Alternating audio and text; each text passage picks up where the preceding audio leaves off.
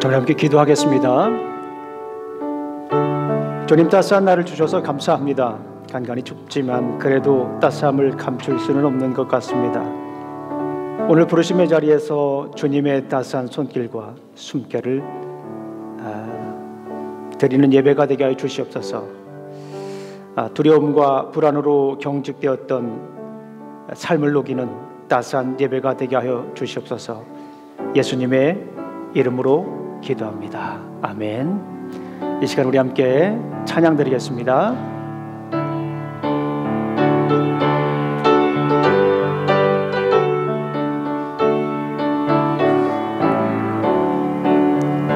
내 주 하나님 넓고 큰 은혜는 저 큰 바다보다 깊다. 오고 다스를 끌어 깊은 데로 저 한가운데 가보라. 혼돈을 떠나서 창가에 배 띄워 내 주 예수 은혜의 바다로 내 맘껏 져가라. 왜 너 인생은 언제나 거기서 저 큰 바다 물결 보고 금이 모르는 깊은 바닷속을 한번 헤아려 안보다. 혼돈을 떠나서 창가에 배 띄워 내 주 예수 은혜의 바다로 내 맘껏 져가라. 많은 사람이 얕은 물가에서 저 큰 바다 가려다가 철썩거리는 작은 바다 보고 마음 약하여 못 가네. 혼돈을 떠나서 창가에 배 띄워 내 주 예수 은혜의 바다로 내 맘껏 져가라. 자, 곧 가거라. 이제 곧 가거라. 저 큰 은혜 바다를 향해. 자, 곧 내 노를 저 깊은 데로 가라. 망망한 바다로 혼돈을 떠나서 창가에 배 띄워 내 주 예수 은혜의 바다로 내 맘껏 져가라.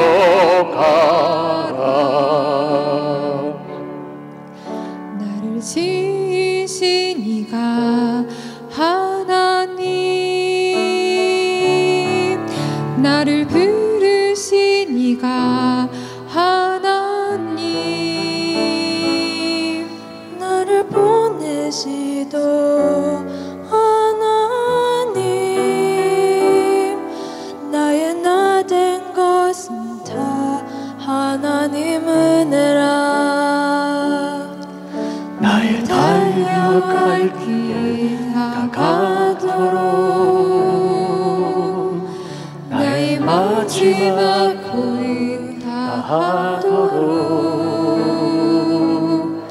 나로 그 십자가 품게 하시니 나의 나 된 것은 다 하나님 은혜라.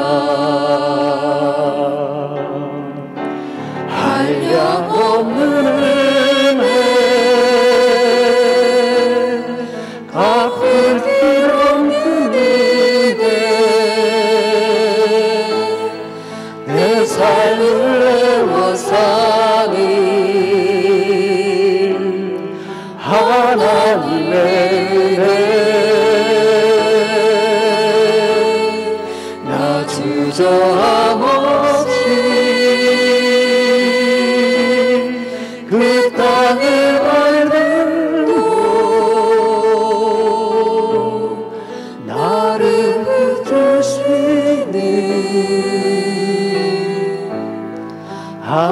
하나님의 은혜, 한량없는 은혜 우리 찬양합니다. 한량없는 은혜, 갚을 길 없는 은혜,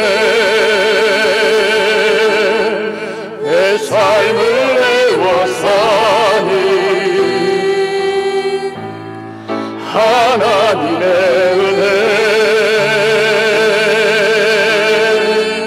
나 진정함 없이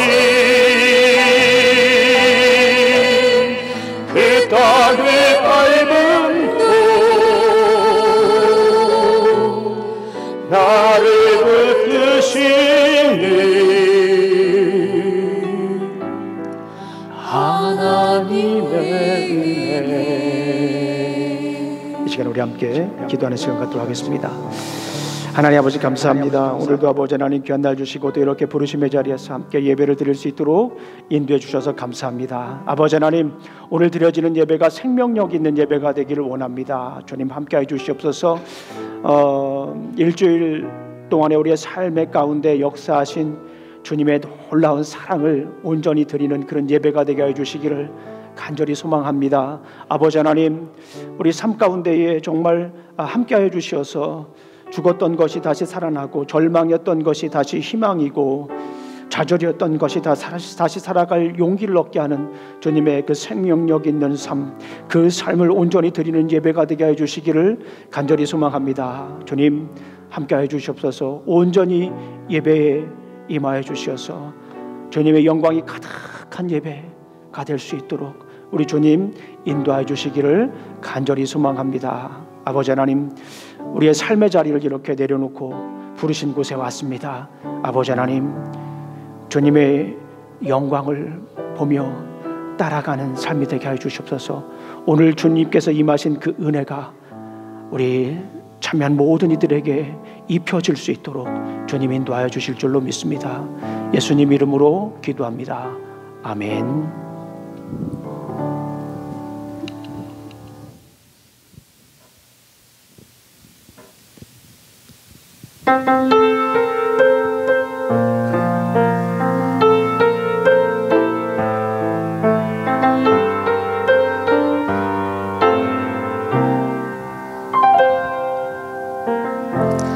따스한 성령님 마음으로 보내 내 몸을 감싸며 주어지는 평안함 만족함을 느끼네. 사랑과 진리에 한 줄기 빛 보내 내 몸을 감싸며 주어지는 평안함 그 사랑을 느끼네. 부르신 곳에서 나는 예배하네. 어떤 상황에도 나는 예배하네. 부르신 곳에서 나는 예배하네. 어떤 상황에도 나는 예배하네.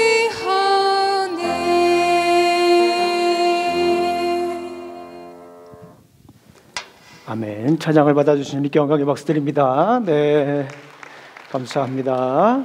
우리 함께 이 시간 잠시 기도하는 시간 갖도록 하겠습니다. 함께 기도하겠습니다. 하나님 감사합니다. 오늘도 귀한 날 주시고 이렇게 부르심의 자리에서 함께 예배를 드릴 수 있도록 인도해 주셔서 감사합니다. 우리 삶 가운데에 여러 가지 해야 될 일이 있지만 그럼에도 불구하고 예배자를 찾으시는 주님 앞에 오늘도 섰습니다. 신령과 진정으로 드리는 귀한 예배가 될 수 있도록 인도해 주시옵소서. 아버지 하나님, 또 이렇게 우리 삶 가운데 걷어들인 귀한 예물들을 골라서 주님께 드립니다. 정말 피땀 흘려 걷어들인 이 귀한 예물들이 온전히 주님의 영광을 드러내는 곳에 쓰일 수 있도록 인도하여 주실 줄로 믿습니다. 아끼지 않고 바친 귀한 손길들을 기억하여 주시고 하늘문을 열어 복을 내려 주실 줄로 믿습니다. 예수님 이름으로 기도합니다. 아멘. 자, 옆에 분들하고 우리 잠깐 인사 나누도록 하겠습니다. 주님의 이름으로 환영합니다. 사랑합니다. 네, 감사합니다. 이 팬데믹 이후부터 우리가 넓게 앉혔는데 다음 주부터는 좀 이렇게 가까이 앉는 것도 괜찮겠다 생각이 듭니다. 네, 오늘 광고 말씀 몇 가지 드릴게요. 중요한 것은 우리 카톡을 통해서 제가 말씀을 드렸기 때문에 카톡에 나와 있는 내용들을 여러분들이 항상 참고하시면 되겠습니다. 자, 1월 22일 날 디렉트 모임이 있고요. 그 다음에 마더와이즈도 1월 22일 날 시작하게 됩니다. 카톡을 통해서 링크를 보내드렸죠. 구글 다구로도 신청할 수 있고 또 우리 안내 데스크에 보게 되면 신청서도 있습니다. 그 신청서를 통해서 또 등록하실 수 있습니다.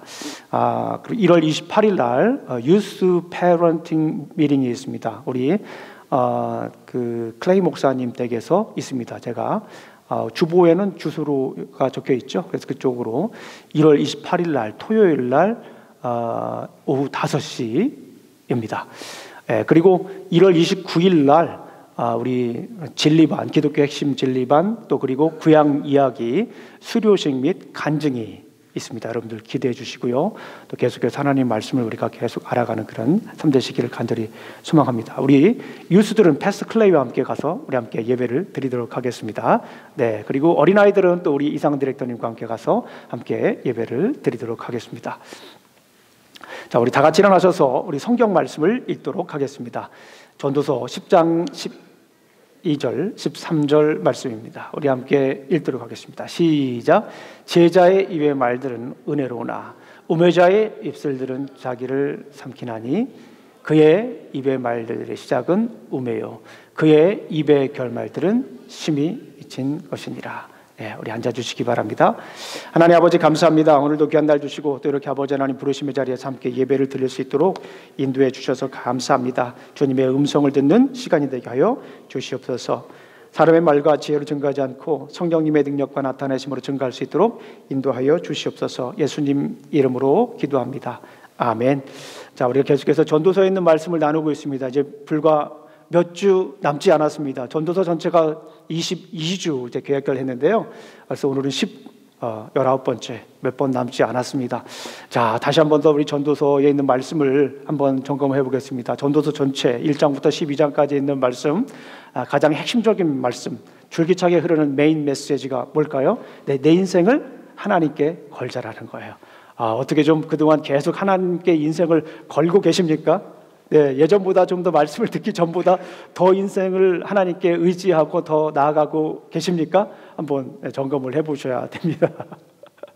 인생을 하나님께 걸게 되면 우리의 삶이 바뀌게 되죠. 우리의 생각하는 것도 바뀌고요, 생각의 각도도 바뀌고 생각의 속도도 바뀌고, 우리 인생을 하나님께 걸게 되면 우리의 입술도 달라지고 손길도 달라질 수밖에 없습니다.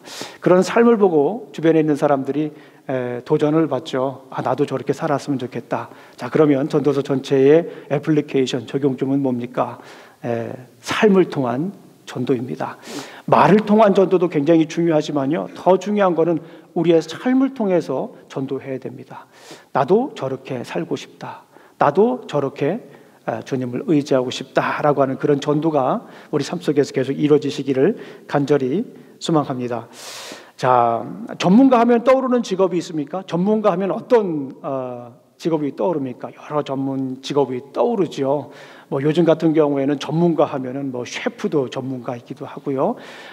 여러 예전에는 우리가 잘 알지 못했던 그런 전문적인 직업들이 이렇게 굉장히 많이 생기고 있지 않습니까? 유튜버도 전문적인 직업이기도 하고요. 또 의사나 변호사, 우리가 잘 아는 것처럼 또 이렇게 엔지니어 하시는 모든 분들이 각자의 자리에서 전문가입니다. 사업하시는 분들도 전문가의 자리에서 전문가의 사역을 감당하고 있죠. 그 중에 의사에 대한 얘기를 잠깐 해보려고 합니다. 전문직에 종사하는 의사가 가장 많이 하는 말이 어떤 말일까요? 여러분들 병원 많이 가보시잖아요. 병원 가보시면 의사분들이 가장 얘기하는 말들이 뭔가요? 제가 한번 자료를 한번 찾아봤더니 자료에 이런 얘기가 있습니다. 물을 많이 드세요. 의사들이 이런 얘기를 많이 하신대요. 물을 많이 드세요. 끄떡끄떡 하시는군요.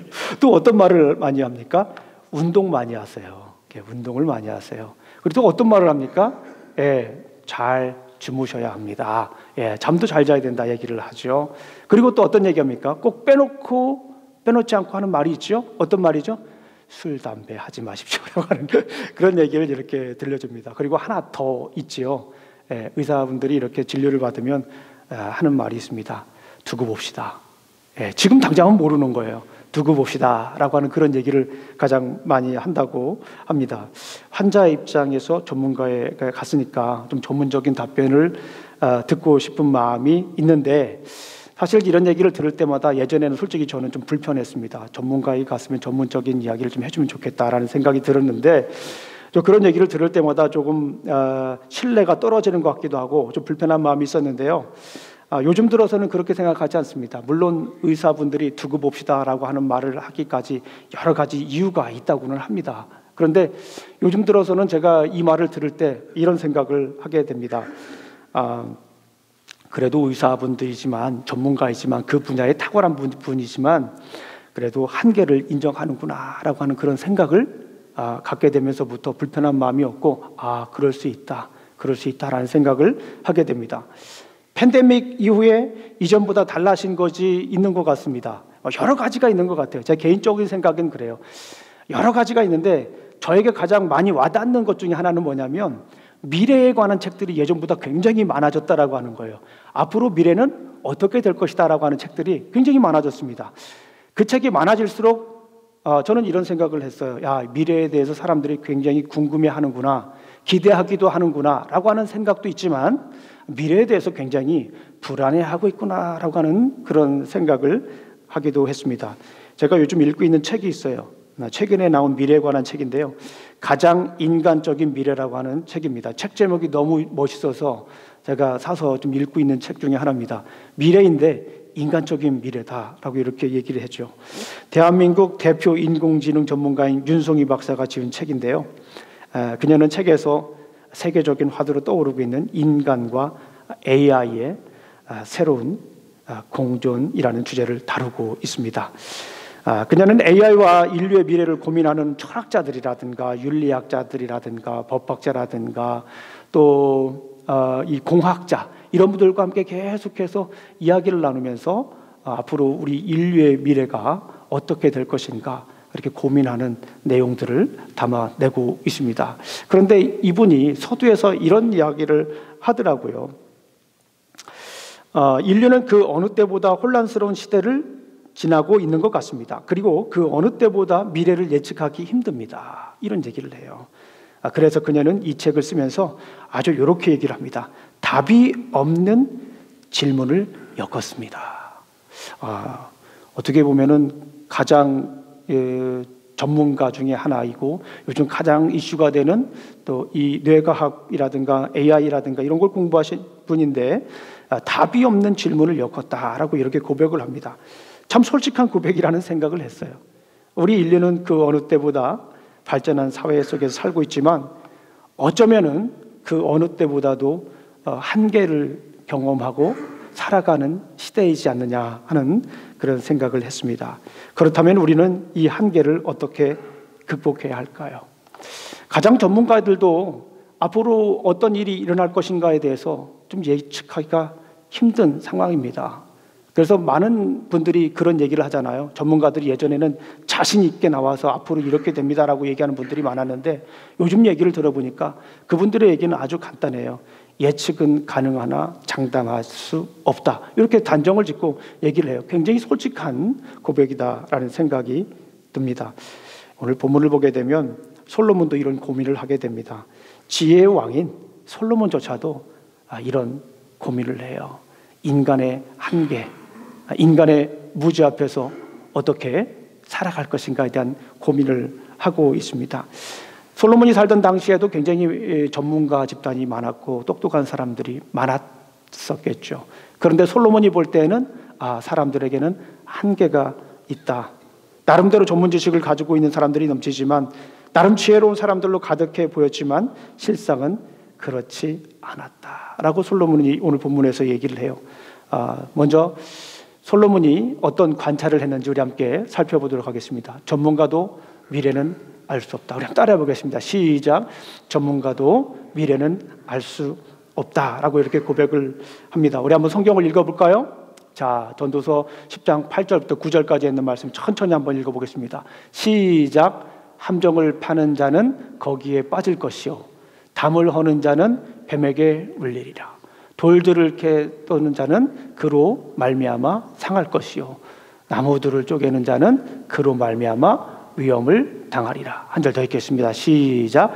철 연장이 무디어졌는데도 나를 알지 아니하면 힘이 더 드느니라.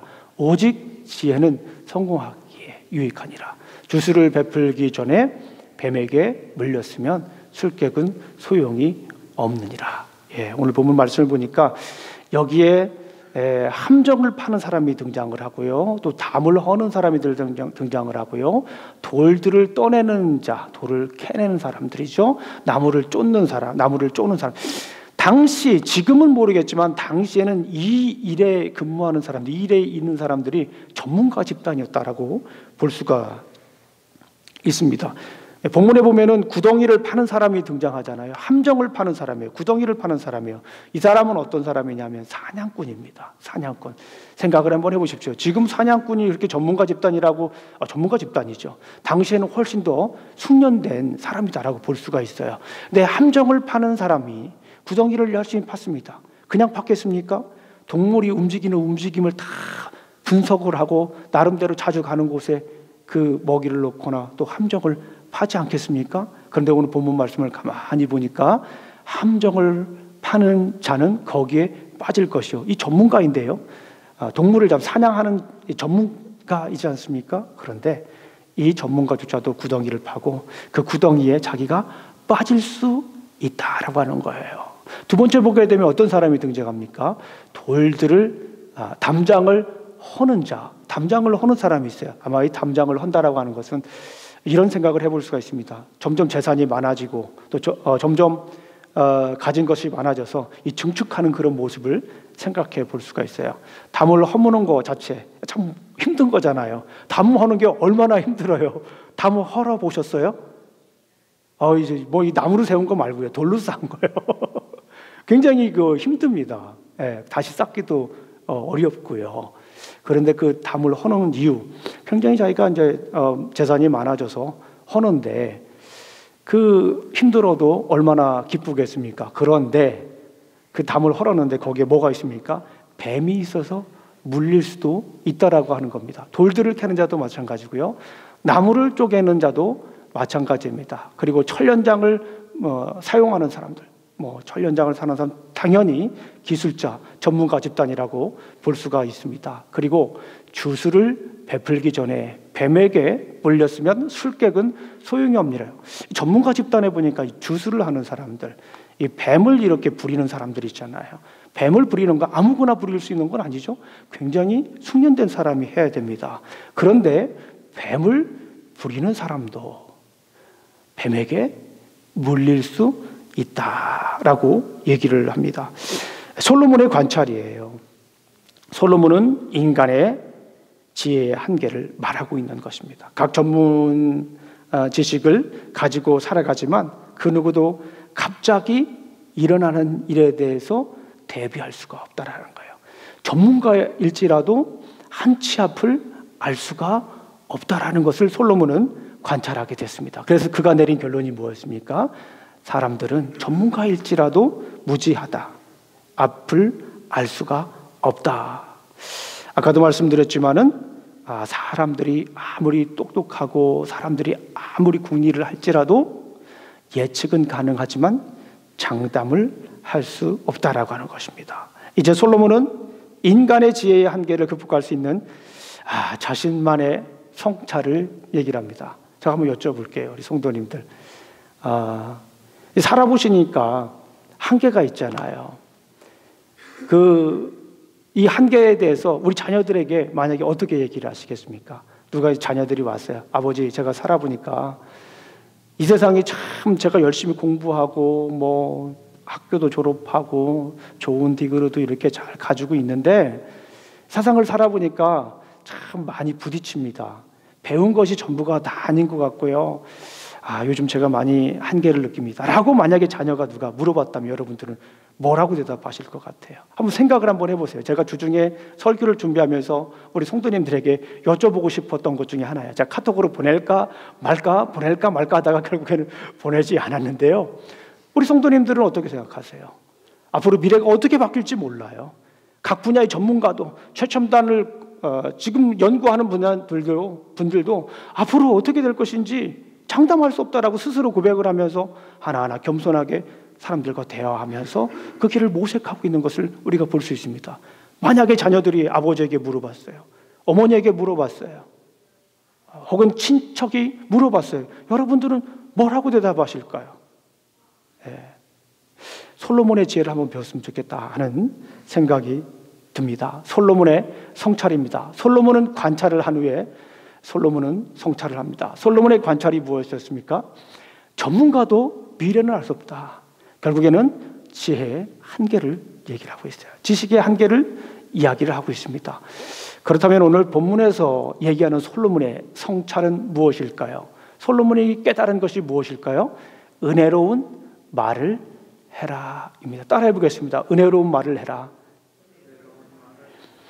어떻게 생각해 보면은 이해가 되지 않을 수 있습니다. 목사님 지금 AI 얘기하고 나서 전문가에 대한 얘기를 하고 나서 갑자기 왜 또 은혜를 얘기를 하십니까? 라고 얘기를 할 수도 있어요. 그런데 우리가 한번 이 부분을 잘 생각해 봐야 합니다. 전문가라도 미래는 알 수 없지만 솔로몬이 깨달은 거예요. 당시 지혜의 왕인 솔로몬이 깨닫고 전도서를 통하여서 오늘 우리에게 들려주시는 하나님의 음성입니다. 지혜로운 말을 해라. 지혜로운 말을 해라. 굉장히 많은 생각을 하게 됐습니다. 저도 처음에는 이 본문을 읽으면서 이게 굉장히 좀 이해가 잘 안 되고 자연스럽게 진행이 되지 않는다라는 생각을 하게 됐습니다. 그런데 계속 말씀을 묵상하면서 그것이 정말 하나님이 원하시는 성경적인 답이겠다라는 생각을 하게 됐습니다. 정말 미래를 알 수 없는 이 시대를 우리가 살면서 많은 생각을 하는데요. 또 대비를 많이 하는데요. 솔로몬은 이렇습니다. 그 미래에 대해서, 알 수 없는 미래에 대해서, 불확실한 미래에 대해서 솔로몬이 깨달은 것이 이것입니다. 은혜로운 말을 해라. 따라해 보겠습니다. 은혜로운 말을 하자. 다시 말해서 은혜로운 말을 하며 불확실의 시대를 극복하자. 시작. 은혜로운 말을 하며 불확실의 시대를 극복하자. 다시 한 번 더요. 은혜로운 말을 하며 AI 시대를 극복하자. 시작. 은혜로운 말을 하며 AI 시대를 극복하자. 다시 한 번 더요. 은혜로운 말을 하며 디지털 시대를 극복하자. 시작. 은혜로운 말을 하며 디지털 시대를 극복하자. 하나 더 있어요. 4차 산업. 은혜로운 말을 하면서 4차 산업을 우리가 맞이해야 합니다. 은혜로운 말을 하자. 자, 솔로몬이 깨달은 성찰, 우리 전도서 10장 12절 말씀입니다. 우리 함께 읽어보겠습니다. 시작. 지혜자의 입의 말들을 은혜로우나 우매자의 입술들은 자기를 삼가느니라. 그의 입의 말들의 시작은 우매요 그의 입의 결말들은 심히 미친 것이니라. 10장 12절 말씀이 제 마음에 굉장히 오래 머물렀습니다. 지혜자의 입의 말들은 은혜로우나 우매자의 입술들은 자기를 삼키느니라. 지혜자의 입의 말들, 그 지혜자의 입에서 나오는 것이 은혜다, 은혜로운 말을 한다라고 이렇게 얘기를 합니다. 솔로몬은 심지어 어리고 어리석은 왕일지라도 은혜로 말하라고 얘기를 합니다. 한번 읽어볼까요? 우리 전도서 10장 20절 말씀입니다. 시작. 마음속으로라도 왕을 속이지 말며 잠자리에서라도 존귀한 일을 저주하지 말아라. 하늘을 나는 새가 내 말을 옮기고 날짐승이 내 소리를 전할 것이다. 솔로몬은 정치에 관한 이야기를 예를 들어서 설명을 해요. 본문을 보니까 그 중에 가장 대표적인 게 왕입니다. 어리석고 어린 왕일지라도 우리는 은혜로운 말을 해야 된다라고 하는 거예요. 요즘 정치 이야기 참 쉽게 하는 경향이 있는 것 같습니다. 정치 얘기는 항상 끊이지 않고 얘기를 하고요. 정치하게 하시는 분들 얘기 들어보면 참 재밌게 얘기를 하세요. 그걸 막 열변을 토하시죠. 네, 거기에 빠지십니다. 네, 자기만의 정치적 색깔을 얘기를 하시죠. 그런데 좀 조심할 게 하나 있는 것 같아요. 너무 쉽게 말씀하시면 안 돼요. 네, 지금 얘기한다고 해서 책임지지 않을 수도 있잖아요. 그래서 너무 쉽게 얘기하는 경향이 있다라고 하는 생각이 듭니다. 솔로몬 시대도 그랬던 것 같아요. 그래서 솔로몬은 말이 많을수록 많을 수 있는 왕, 그것도 어린 왕의 예를 들어서 지혜 있는 사람들은 심지어 정치 얘기를 할 때도 은혜로운 말을 해라 라고 이렇게 얘기를 하는 것입니다. 저는 그렇게 이 본문을 해석을 했어요. 우리 사랑하는 성도님들, 이 본문 내용을 보면서 우리가 우리의 통찰을 우리가 한번 깨달았으면 좋겠습니다. 솔로몬은 본문을 통해서 자신만의 관찰을 얘기를 했어요. 그리고 솔로몬은 본문을 통해서 자신만의 성찰을 얘기를 했습니다. 그럼 우리에게 주는 통찰은 무엇인가? 우리가 한번 생각을 해볼 필요가 있습니다. 은혜를 입고 은혜를 말하자. 시작. 은혜를 입고 은혜를 말하자. 우리 사랑하는 성도님들, 은혜를 입으시기를 간절히 소망합니다. 은혜로운 말을 하려면요, 은혜를 입어야 돼요. 한번 오늘 입고 오신 옷을 한번 점검해 보세요. 무슨 옷입니까? 브랜드는 뭡니까? 한번 쪄보세요. 양복은지게 브랜드 여기 있어요. 여기 제 옷에는 타미 힐피거라고 써있네요. 근데 사실은 우리 성도님들이 입어야 될 옷의 브랜드는 뭘까요? 은혜입니다. 자, 은혜, 이 타미 힐피거를 은혜로 바꾸겠습니다. 여러분들 은혜를 입으시기를 주님의 이름으로 축원합니다. 은혜를 입고 은혜를 말하시기를 간절히 소망합니다.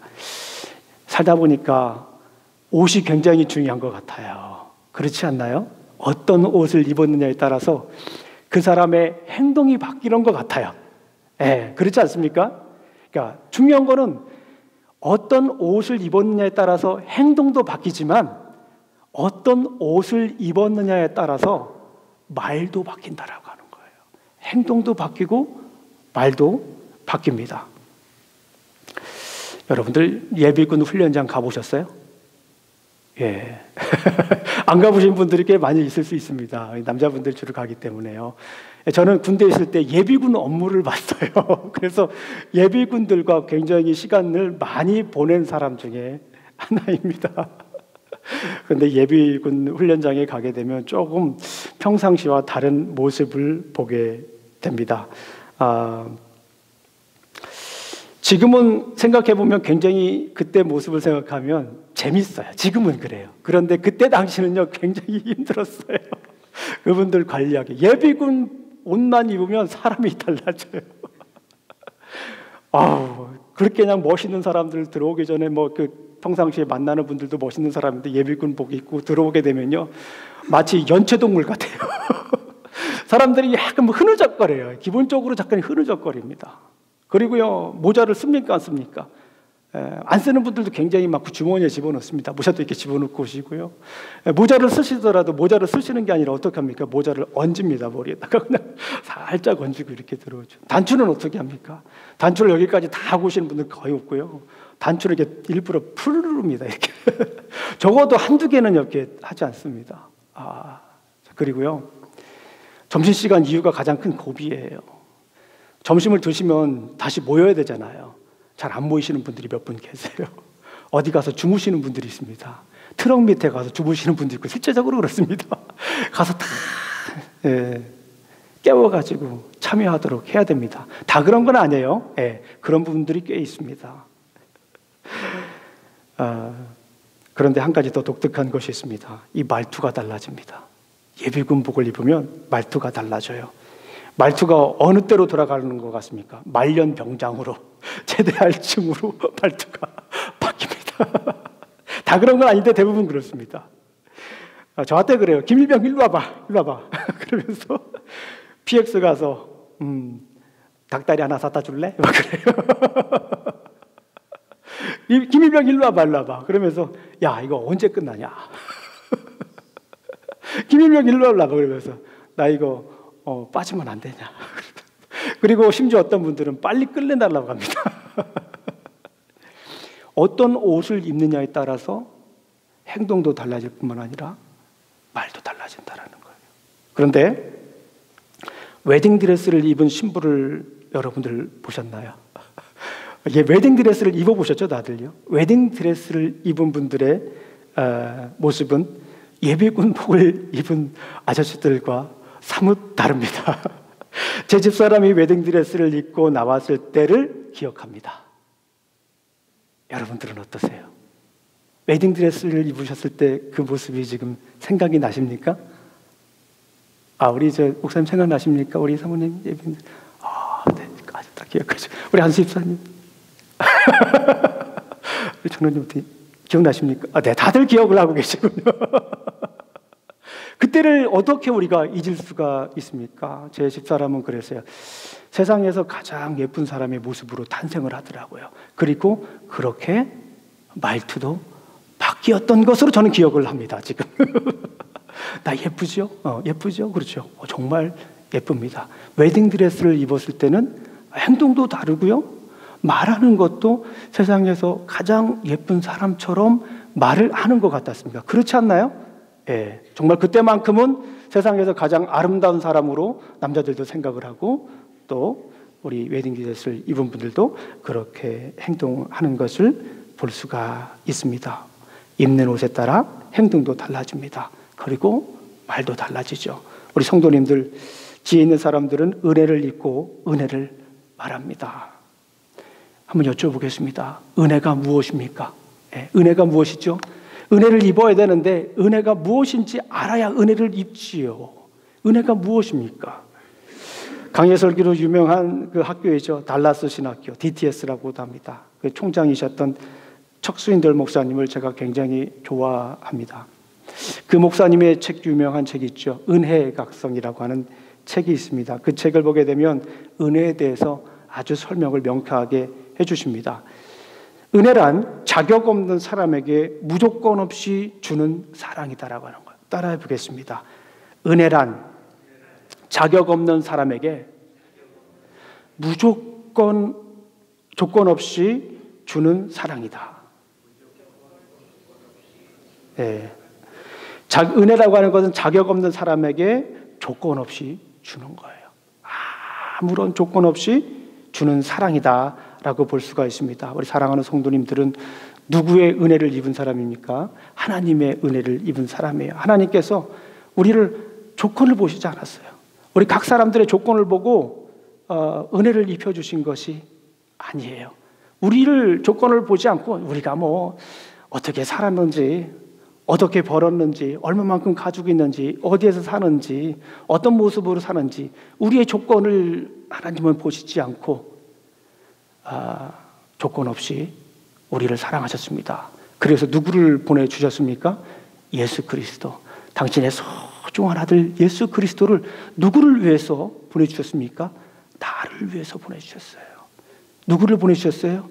그 소중한 예수 그리스도. 생각을 해보세요. 하나님의 아들, 이 천지 만물을 지으신 여호와 하나님, 우리가 감히 측량할 수 없는 그 위대한 하나님, Almighty God, Creator God, 그 하나님의 누구를 사랑해서요? 바로 나를 사랑해서, 나를 콕 집어서 사랑해서, 나의 조건을 보지 않고, 아무것도 보지 않고 나를 사랑하셔서 당신의 아들, 소중한 아들 예수 그리스도를 나를 위해서 보내주셨다는 거예요.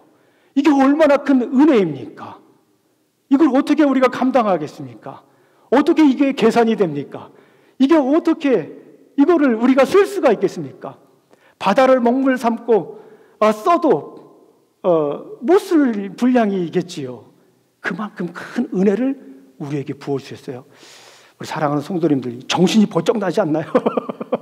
그냥 우리가 평상시에는 그냥 사는 것 같지만 가만히 생각을 해보니까 나를 그렇게 사랑하시는 독생자 예수 그리스도를, 소중한 아들 예수 그리스도를 보내주시기까지 나를 그렇게 사랑하셔서 은혜를 입혀주셨다라고 하는 것입니다. 그런데 중요한 건 뭐냐면 이거는 내가 한 것이 아니에요. 내가 한 것이 아니라 하나님께서 전적으로 나에게 부어주셨다라고 하는 것입니다. 나의 전문 지식을 자랑하기보다는 주님이 하신 일을 말해야 되는 이유입니다. 그것이 진짜 지식이고 지혜라고 하는 것입니다. 은혜를 입은 사람은 은혜로 살고 은혜로 말을 합니다. 우리 사랑하는 성도님들, 앞으로 다가올 시대를 4차 산업혁명 시대다, 디지털 시대다, 또 AI 시대다, 여러 가지 이름을 붙여서 우리 알 수 없는 애매모호한 그런 시대에 대해서 얘기를 하고 있습니다. 그런데 앞으로 어떻게 우리 시대가 펼쳐질지 우리는 정확하게 예측은 할 수 없지만 또 장담을 할 수가 없는 상황이지 않습니까? 그런데 우리에게 중요한 것은 뭐냐면 우리가 은혜를 입어야 됩니다. 옷매무새를 잘 추스려서 어떤 옷을 입어야 됩니까? 은혜의 옷을 입으셔야 됩니다. 자, 다시 한번 옷을 입으시기 바랍니다. 오늘 겨우 오실 때 옷 입으셨죠? 다시 한번 이렇게 입어보겠습니다. 입어보세요. 어떤 옷입니까? 은혜의 옷을 입으셔야 돼요. 그리고 중요한 건 뭐냐면 은혜의 말을 해야 돼요. 이게 4차 혁명과 또 디지털 시대와 AI 시대를 사는 크리스찬의 지혜다라고 볼 수가 있습니다. 사도 바울도 그랬어요. 고린도전서 15장 10절 말씀을 우리 함께 읽어보겠습니다. 시작.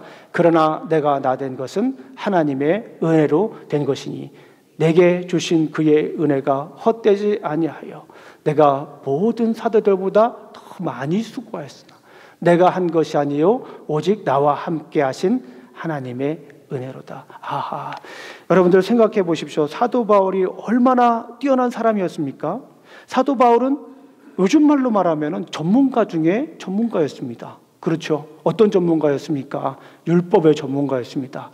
리더십의 전문가였어요. 언어에도 전문가였습니다. 탁월한 전문가였죠. 그리고 그가 예수 그리스도를 믿고 난 다음에 무엇의 전문가였습니까? 텐트 메이커였죠. 텐트를 잘 만드는 사람이었습니다. 또 어떤 전문가였습니까? 사도 바울은 복음을 전하는 전문가였어요. 그런데 이 모든 정말 탁월한 전문가였지만 사도 바울이 고백을 하잖아요. 내가 지금 서 있는 것은 나의 모습은 무엇으로 이루어진 것이다? 하나님의 은혜로 된 것이다. 그리고 사도 바울이 고백을 해요. 내가 정말 다른 사도들보다 정말 수고를 많이 했는데 그 수고한 것이 내가 한 것이 아니요 누가 한 것이라고 합니까? 하나님께서 하셨다라고 하는 거예요. 지금 나의 모습을 보니까 내가 이뤄놓은 것도 참 중요하고 박수 받을 만합니다. 참 쉽지 않은 일들을 여러분들이 걸어오신 거 잘 압니다.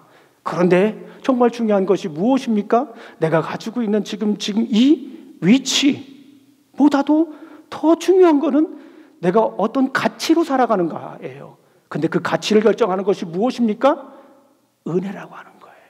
은혜. 내가 정말 수고를 많이 했지만 이 모든 것이 내가 한 것이 아니라 하나님의 은혜로 됐다라고 하는 사도 바울의 고백이 여러분들의 고백이 되시기를 간절히 소망합니다.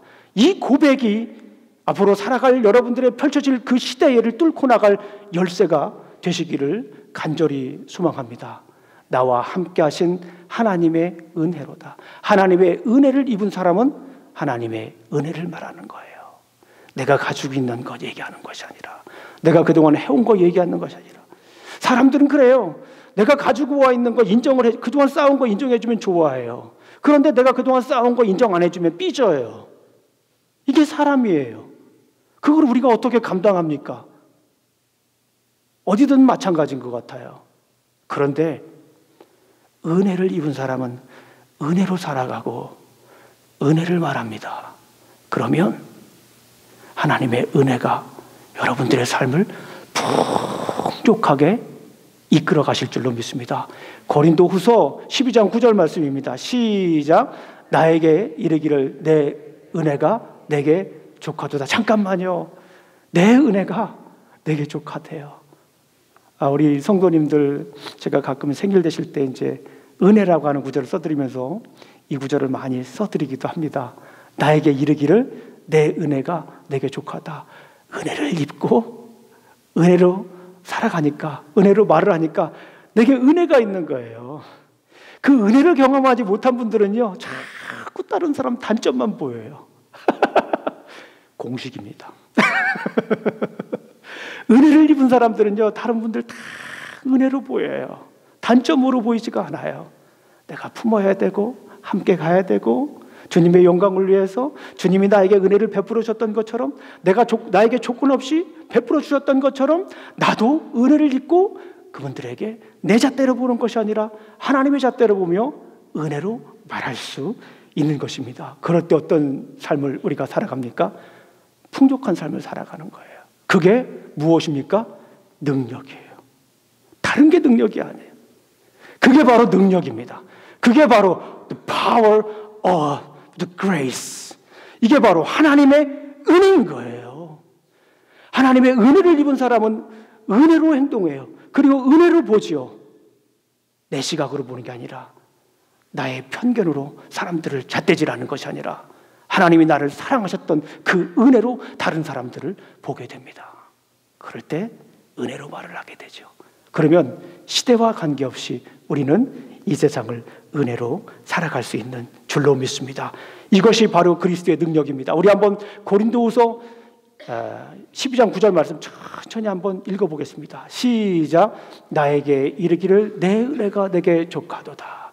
이는 내 능력이 약한 데에서 온전하였습니다 하신지라. 그러므로 도리어 크게 기뻐함으로 나의 여러 약한 것들에 대하여 자랑하리니 이는 그리스도의 능력이 내게 머물게 하려 함이라. 그래요. 다른 분들이 앞으로 약점이 보이잖아요. 그러면 그런 생각하세요. 내가 은혜가 떨어졌구나. 자꾸 다른 사람 단점이 보이는 거예요. 그러면 내가 은혜를 자꾸 벗고 있구나. 은혜 입어야지 생각을 하십시오. 그럴 때 우리는 시대가 아무리 예측할 수 없는 시대이고 또 시대가 우리가 감당할 수 없는 그런 시대일조차도 두려움의 시대고 불안의 시대이고 또 걱정의 시대가 될 수 있지만 우리는 그 시대를 능력 있게 살아갈 수 있는 줄로 믿습니다. 우리가 미래를 바꿀 수 있다면 우리의 미래는 어떤 모습일까요? 우리는 상상할 수 있지만 알 수는 없습니다. 그러나 지혜롭게 살 수 있습니다. 은혜를 잊고 은혜를 말하시기를 소망합니다. 기도하시겠습니다. 하나님 아버지 감사합니다. 오늘 우리가 이렇게 또 말씀을 나눴습니다. 은혜의 옷을 입고 은혜를 말하며 살아갈 수 있도록 인도하여 주시옵소서. 오늘도 부어주실 은혜를 기대합니다. 부어주실 은혜를 기대하며 이 시대를 살아가겠습니다. 예수님 이름으로 기도합니다. 아멘. 다 같이 나서서 우리 은혜 찬양 드리도록 하겠습니다.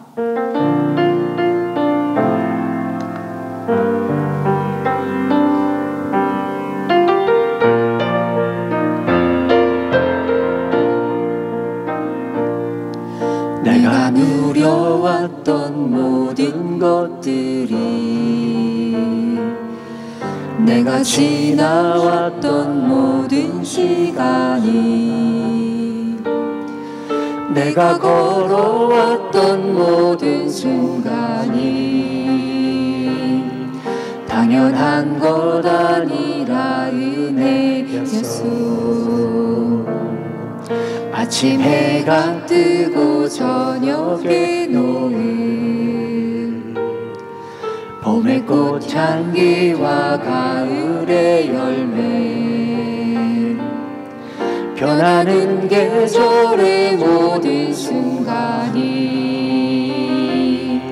당연한 것 아니라 은혜였소. 모든 것이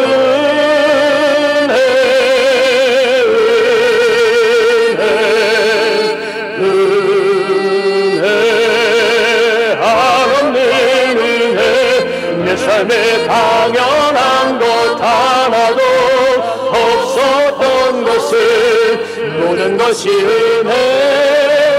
은혜였소. 내가 이 땅에 태어나 사는 것 어린아이 시절과 지금까지 숨을 쉬며 살며 꿈을 꾸는 삶 당연한 것 아니라 은혜였소. 내가 내가 하나님의 자녀로 살며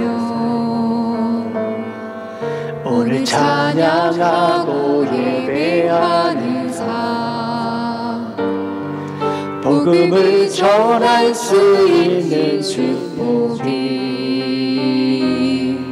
당연한 것 아니라 은혜여서 모든 것이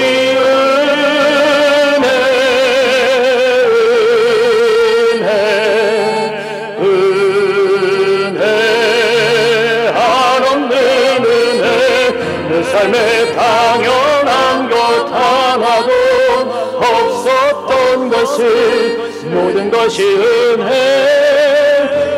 은혜였소.